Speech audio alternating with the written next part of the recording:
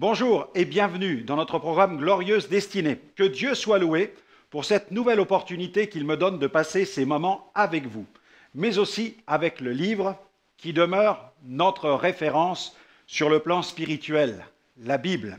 Aujourd'hui, j'aimerais vous parler du sujet suivant, différents domaines de la révélation. Je suis sûr que ça va vous intéresser. Le Seigneur désire se révéler à nous et il emprunte souvent des moyens improbables. Vous allez vous en rendre compte. Alors ne perdons pas un seul instant et remettons sans attendre ces moments entre les mains de Dieu. Notre bon Père Céleste, nous te remercions pour ce temps mis à part autour de ta parole et nous croyons aussi dans ta présence parce que tu participes par le ministère de ton Saint-Esprit à cette émission. Et nous te prions de nous inspirer, nous te prions de te révéler à nous afin que nous puissions saisir et comprendre quels sont les multiples domaines de ta révélation au nom de Jésus. Amen. Amen. Dieu soit loué. Gloire au Seigneur. Et je veux saisir l'opportunité de cette émission où il est question justement de la révélation, de l'esprit de révélation, pour vous partager quelques conseils concernant la nécessité d'utiliser ce livre, un livre qui sera une étude, qui va vous permettre de poursuivre votre étude sur ce domaine de la révélation. Le titre, c'est le prix de l'onction. Dedans, je traite justement du peuple qui est marqué par l'onction, le peuple pentecôtiste, marqué par l'onction, marqué par la parole, immergé dans le feu, un appel à rechercher le baptême dans le Saint-Esprit, tout un enseignement sur la prière en langue, la vie dans l'onction, les conditions pour vivre dans l'onction, mais aussi l'importance de vivre une vie de plénitude, le fruit de l'esprit, la plénitude de l'esprit, mais aussi de vaincre la chair par la vie de l'esprit, ne jamais éteindre l'esprit, et explorer tout l'univers des dons spirituels, une étude que j'ai vraiment eu plaisir à réaliser sur l'importance du Saint-Esprit, des dons de l'Esprit, du ministère du Saint-Esprit. Alors vous pourrez retrouver cet ouvrage sur notre boutique. Vous êtes nombreux déjà à visiter cette boutique et à venir chercher des ressources. Allez, je vous propose tout de suite de marquer une pause musicale, c'est une pause célébration avec le groupe Impact qui chante « Viens briller ». Et c'est notre désir, c'est que le Seigneur vienne briller en nous, que nous puissions refléter sa gloire, mais même bien plus, que nous puissions faire resplendir sa gloire parce qu'il aura transformé nos vies. Bien entendu, il s'agit de Jésus qui veut briller dans nos vies par son sacrifice, par son œuvre qu'il a accomplie sur la croix pour nos péchés. Alors on écoute le groupe Impact qui chante « Viens briller » et on se retrouve dans quelques instants.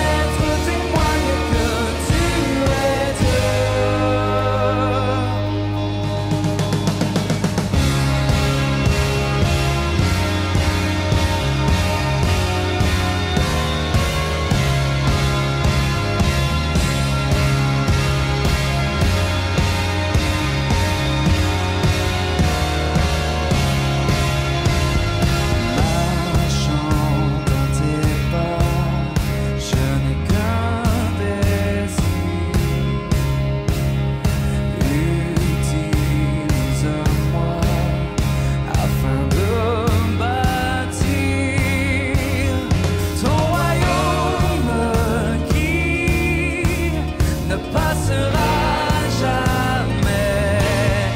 Viens briller, éclatant dans ta gloire, révélée, que chaque puisse voir, que mon être témoigne que tu es Dieu, que ma bouche déclare que tu es Dieu.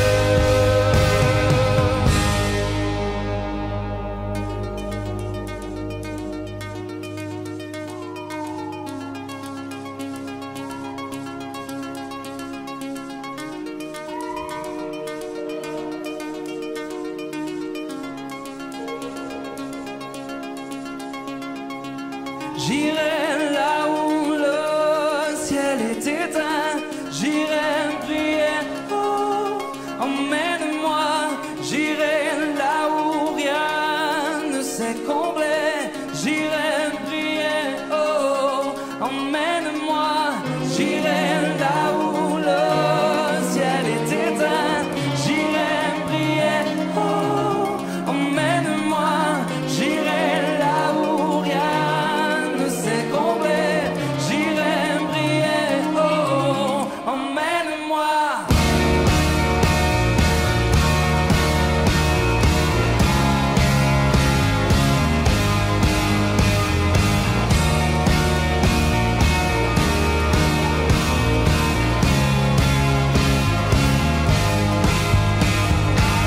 J'irai là où le ciel est éteint, j'irai prier, oh, emmène-moi. J'irai là où rien ne s'est comblé, j'irai prier, oh, emmène-moi. J'irai là où le ciel est éteint, j'irai prier, oh, emmène-moi. J'irai là où rien ne s'est comblé, j'irai prier, oh, emmène-moi.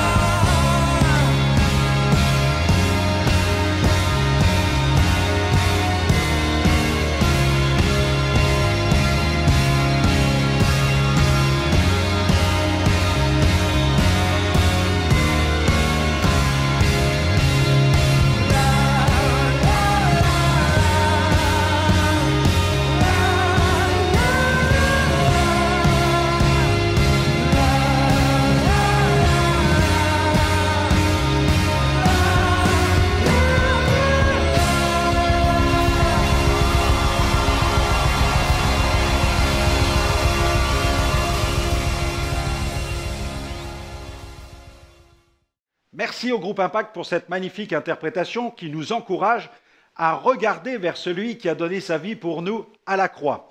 Voyons maintenant le premier point touchant au domaine de la révélation. J'aimerais parler de la conviction de Paul. La volonté de Dieu peut emprunter le canal de vision, de songe, de prophète, de prophétie. Mais il convient dans ce domaine de demeurer prudent. Ces éléments ne peuvent jamais se substituer au témoignage intérieur, la conviction intérieure que dépose le Saint-Esprit, le témoignage intérieur de l'Esprit dans notre propre vie.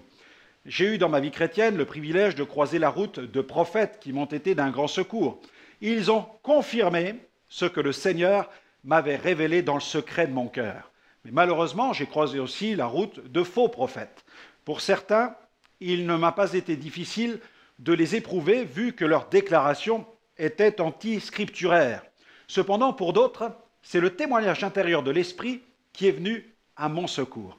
À chaque fois, j'ai eu l'impression que l'Esprit tirait comme une sonnette d'alarme. Les événements qui suivirent les déclarations m'ont convaincu que ce qu'il m'avait dit ne venait pas de Dieu. On va lire un passage tout de suite dans les Actes des Apôtres au chapitre 20 à partir du verset 22 où l'apôtre Paul déclare ceci. Il dit, Acte 20, versets 22 à 24, « Et maintenant, voici, lié par l'Esprit, je vais à Jérusalem, ne sachant pas ce qui m'y arrivera. Seulement, de ville en ville, l'Esprit Saint m'avertit que des liens et des tribulations m'attendent.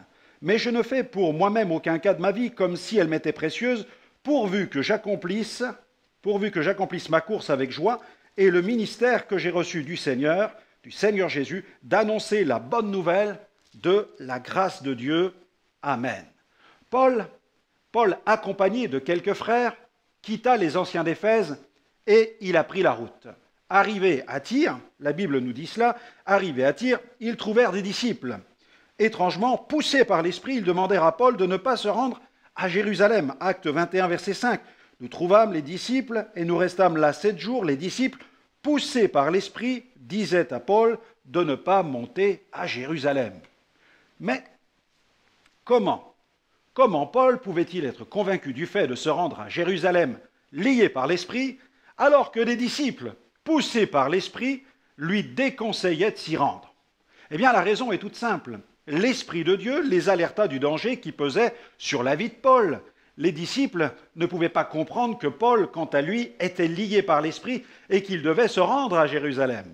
S'il n'avait pas été lié par l'Esprit, il est probablement certain qu'il aurait suivi les conseils des disciples.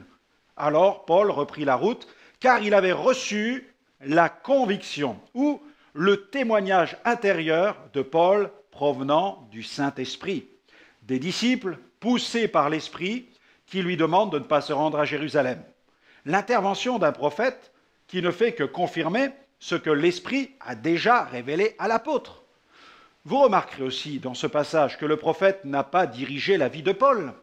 Il n'a fait que confirmer ce que le Saint-Esprit avait déjà déposé dans le cœur du serviteur de Christ. La vie de l'Esprit devrait être une réalité dans la vie de tout disciple, de tout serviteur de Dieu et de toute Église qui veut servir le Maître d'une manière efficace et porter un fruit qui demeure. Mais ce n'est pas toujours le cas. Vous avez soif de plus? Vous désirez plus d'onction? Vivre une vie plus passionnante dans l'esprit? C'est possible, mais tout cela a un prix. Découvrez-le au travers de ce livre, Le prix de l'onction, en vente sur notre site internet www.gospelvision-international.com.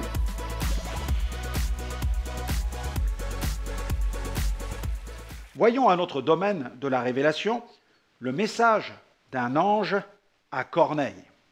Un autre passage important est celui de l'ange qui rend visite à Corneille et qui lui donne toutes les indications nécessaires pour aller chercher Pierre, le prédicateur de l'Évangile. Dans Acte 10, versets 3 à 6, vers la 9e heure du jour, il vit clairement dans une vision un ange de Dieu qui entra chez lui et qui lui dit « Corneille », les regards fixés sur lui, et saisi d'effroi, il répondit « Qui est-ce, Seigneur ?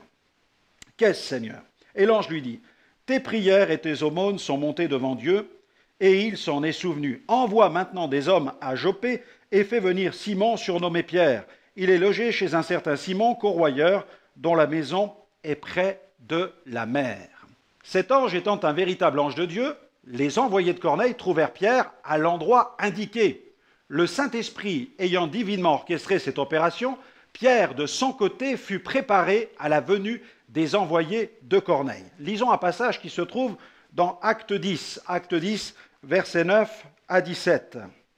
Le lendemain, comme ils étaient en route et qu'ils approchaient de la ville, Pierre monta sur le toit vers la 6e heure pour prier. Il eut faim et il voulut manger. Pendant qu'on lui préparait à manger, il tomba en extase. Il vit le ciel ouvert et un objet semblable à une grande nappe attachée par les 4 coins qui descendait et s'abaissait vers la terre, et où se trouvaient tous les quadrupèdes et les reptiles de la terre et les oiseaux du ciel. Et voici, une voix lui dit, « Lève-toi, Pierre, tue et mange. » Mais Pierre dit, « Non, Seigneur, car je n'ai jamais rien mangé de souillé ni d'impur. » Et pour la 2e fois, la voix se fit encore entendre à lui, « Ce que Dieu a déclaré pur, ne le regarde pas comme souillé. » Cela arriva jusqu'à 3 fois, et aussitôt après, l'objet fut retiré dans le ciel.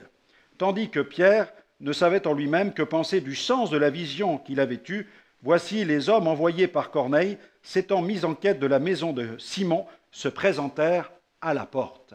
Un peu plus loin, il est écrit « Et comme Pierre était à réfléchir sur la vision, l'Esprit lui dit « Voici, 3 hommes te demandent, lève-toi, descends. » et pars avec eux sans hésiter, car c'est moi qui les ai envoyés. Dans ce passage, une fois encore, nous ne sommes pas dans l'à peu près. Il s'agit d'une orchestration de haute précision où la volonté de Dieu est révélée sans ambiguïté. Un autre domaine de la révélation, ce sont les circonstances. La Bible dit, dans Job 33, verset 14, que Dieu parle, cependant, tantôt d'une manière, tantôt d'une autre, et l'on n'y prend point garde.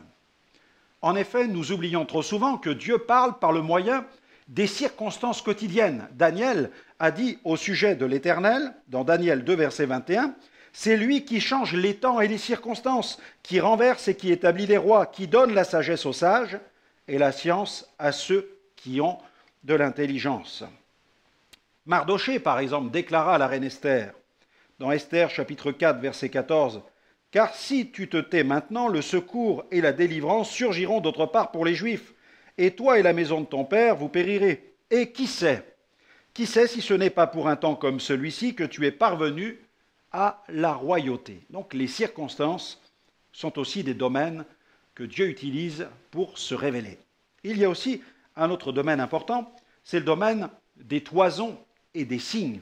Je pense à la toison de Gédéon. Concernant les toisons, j'émettrais volontiers quelques réserves quant à ce genre de méthode pour rechercher la volonté de Dieu. Je trouve, et c'est un avis personnel, que cette façon de procéder est trop hasardeuse et qu'elle peut même cacher une certaine incrédulité parfois. Le risque aussi d'entretenir chez le croyant une certaine superstition. Quand on lit le récit de la vie de Gédéon, on peut en effet constater que Gédéon prie. C'est peut-être là que se trouve l'élément positif. Mais il faut tout de même reconnaître que sa connaissance de Dieu était plutôt limitée et qu'il était un homme rempli d'incrédulité. Cette incrédulité fut d'ailleurs à l'origine de cette demande de toison. Gédéon exprima aussi certaines réserves quant au miracle que ses pères auraient vécu. Tout cela ne sonne pas très bien. Dans Juges, chapitre 6, verset 13, Gédéon lui dit « Ah, mon Seigneur, si l'Éternel est avec nous, pourquoi toutes ces choses nous sont-elles arrivées ? Et où sont tous ces prodiges que nos pères nous racontent quand ils disent « L'Éternel ne nous a-t-il pas fait monter hors d'Égypte ? Maintenant, l'Éternel nous abandonne et il nous livre entre les mains de Madian. » Quelques éléments du récit de sa vie semblent révéler à cette époque un niveau spirituel très bas au sein du peuple de Dieu. D'ailleurs, nous noterons qu'il y avait des idoles dans la maison de son père. Ceci n'est peut-être pas étranger au fait qu'il fixa une toison pour obtenir la confirmation que Dieu l'avait bien choisi pour combattre Madian. Quelqu'un rétorquera peut-être que si l'Éternel répondit à sa demande, c'est qu'il approuva la méthode que Gédéon employa. Détrompons-nous, ce cas reste exceptionnel. Il est un témoignage de la grâce et de la patience de Dieu à son égard, car nous ne voyons aucun enseignement dans la Bible nous exhortant à pratiquer de la sorte pour connaître la volonté de Dieu. Il apparaît donc important de remettre toujours les choses dans leur contexte, car je remarque que certains chrétiens fonctionnent parfois à la méthode Gédéon. Si telle personne vient me dire bonjour ce matin à l'église, cela signifiera que, etc., etc. Ou encore, si le téléphone sonne entre 11h et midi, c'est que le Seigneur est d'accord avec mon projet, tatati tatata. Cette expérience de Gédéon demeure un cas d'exception. Elle ne peut constituer une méthode pour rechercher la volonté de Dieu. L'exception confirme toujours l'existence de la règle. L'Éternel donna des signes à Moïse pour le rassurer. Concernant Moïse, nous ne pouvons comparer son cas avec celui de Gédéon. Le cas de Moïse est bien différent. L'homme que l'Éternel employa pour délivrer Israël du joug égyptien était un homme brisé. Moïse venait de passer 40 années à paître les brebis de son beau-père dans le désert, quand l'Éternel se révéla à lui sur le mont Horeb dans un buisson ardent. À la différence de Gédéon, Moïse ne réclama pas de signe à l'Éternel. C'est l'Éternel qui manifesta plusieurs signes à Moïse pour le rassurer et lui prouver qu'il serait sa force dans cette mission périlleuse. L'Éternel appela Moïse du sein d'un buisson tout en feu. Cet appel fut marqué par ce signe surnaturel. Moïse ne rechercha pas les signes surnaturels, c'est l'Éternel qui les lui donna. Vous avez soif de plus? Vous désirez plus d'onction? Vivre une vie plus passionnante dans l'esprit? C'est possible, mais tout cela a un prix. Découvrez-le au travers de ce livre, Le prix de l'onction.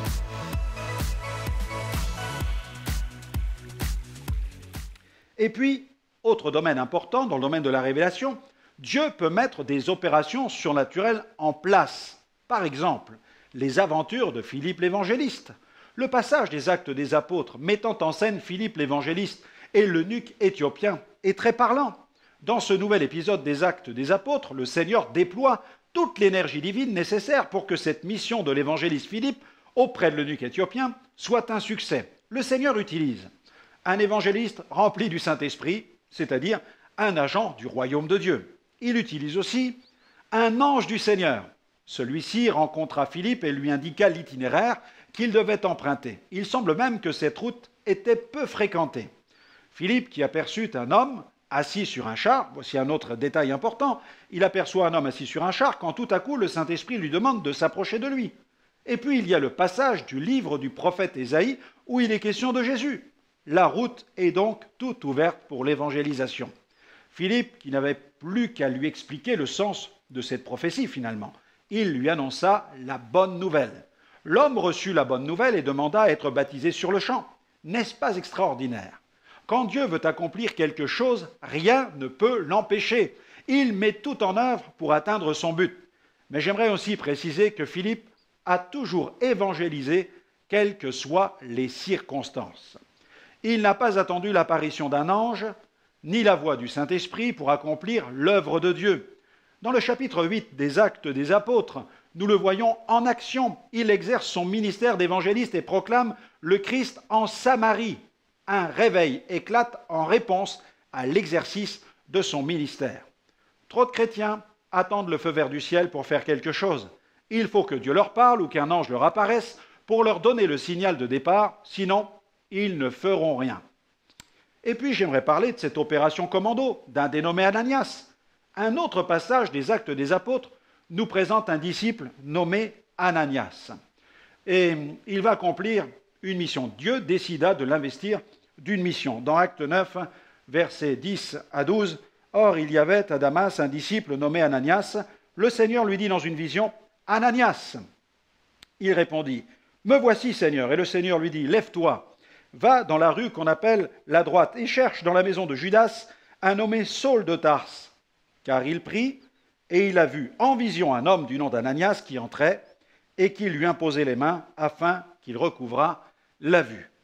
La révélation de l'identité de l'homme pour lequel Ananias devait aller prier produisit en lui un véritable électrochoc. Prier pour Saul de Tarse, le persécuteur de l'Église, ce chasseur de primes. On peut comprendre les réticences d'Ananias.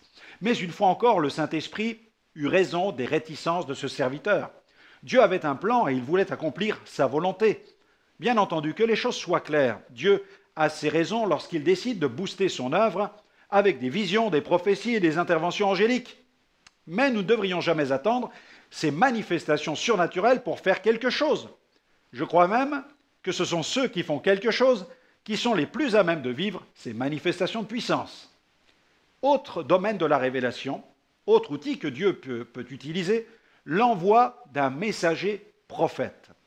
Outre les divers conseillers qui peuvent nous donner des conseils et nous aider à discerner la volonté de Dieu, il arrive que Dieu nous fasse connaître de façon claire cette volonté. Ces envoyés, qui nous font connaître de manière évidente la volonté de Dieu, prennent soudain l'allure de messagers prophètes. Jéthro fut un tel messager pour son beau-fils Moïse. Nathan le fut aussi pour David, qui s'était rendu coupable d'adultère. Agabus, quant à lui, fit résonner la volonté de Dieu au beau milieu des disciples lorsque ceux-ci cherchèrent à décourager Paul de se rendre à Jérusalem. Quand Dieu veut nous parler de façon claire, il emploie qui il veut, quand il veut. Il arrive même parfois qu'il se serve d'un non-chrétien. Au début du ministère, épuisé et déprimé devant les nombreuses difficultés, j'avais décidé de tout abandonner. Je m'étais rendu au guichet de la banque, où mon épouse et moi avions notre compte pour y reprendre notre argent et fermer ce compte. Il n'y avait vraiment pas grand-chose dessus, mais suffisamment pour louer un petit véhicule de déménagement et partir. Ce matin-là, devant le guichet, il y avait une longue file de gens. L'attente me sembla interminable, mais finalement, mon tour arriva. J'ai alors expliqué à la jeune demoiselle mes intentions de fermer notre compte. Alors, gentiment, elle a commencé a tapoté sur le clavier de son ordinateur et m'a annoncé ce qui restait dessus. Je lui ai dit que je souhaitais récupérer toute la somme. Alors elle a procédé au retrait et attendit que l'opération s'effectue. Elle recommençait une nouvelle fois, puis une troisième fois. Derrière moi, l'impatience des clients devenait palpable et je voyais que les choses devenaient de plus en plus compliquées. Je crois que tout le monde se demandait ce qui était en train de se passer. Et je voyais la demoiselle plutôt stressée, de plus en plus inquiète. Alors, sans vouloir faire de mauvais jeu de mots, son inquiétude commença à m'inquiéter aussi. Soudain, elle se mit à frapper l'écran de l'ordinateur. Là, maintenant, j'étais inquiet. Je devais louer le véhicule au plus vite et quitter la ville dans les plus brefs délais. Je voulais tout plaquer. Mais elle se mit à me regarder fixement et avec dépit, elle m'a dit « Monsieur Alexandre, je suis désolé, mais ça ne veut pas marcher. J'ai servi de nombreuses personnes avant vous et je n'ai eu aucun problème. Là, je ne comprends pas ce qui se passe. » Alors j'ai commencé à hausser le ton, lui disant que la mission d'une banque consistait bien à protéger l'argent que lui confiaient ses clients, mais qu'elle se devait aussi de leur rendre cet argent à tout moment. Alors, visiblement, gênée, les joues toutes rouges, observée par tous les autres clients, elle m'a regardé fixement une seconde fois, quand son visage est devenu tout blême. Alors elle m'a dit « Monsieur Alexandre, il y a peut-être une raison à tout cela. Peut-être que vous ne devriez pas partir. Vous devez rester dans cette ville. Il doit y avoir quelqu'un qui veut que vous restiez là. » Je suis resté bouche bée. Je me suis mis sur le côté. Je savais que Dieu avait fait parler l'ânesse de Balaam. Mais là, une guichetière de banque, je n'avais encore jamais vu ça. Le client suivant s'est avancé. Pour lui, tout fonctionnait. J'ai été soudainement convaincu au plus profond de mon cœur que le Seigneur venait de me parler par la bouche de cette jeune femme. J'ai alors renoncé à ce déménagement. Et je sais aujourd'hui que si mon épouse et moi avions quitté cette ville, nous aurions perdu certainement notre ministère. L'onction a un prix. Sommes-nous disposés à payer le prix? Eh bien voilà, notre émission se termine. J'espère que vous allez saisir tous ces domaines de la révélation divine, réfléchir à ces différents domaines et prier Dieu afin qu'il se révèle toujours plus profondément dans votre vie. N'hésitez pas à nous retrouver sur notre site web www.gospelvision-international.com. Vous y verrez de nombreuses émissions en replay. Je suis sûr qu'elles vont vous fortifier. Alors que le Seigneur continue à répandre sa grâce sur votre vie et qu'il vous fasse pleinement entrer dans votre glorieuse destinée. Que Dieu vous bénisse et à très bientôt.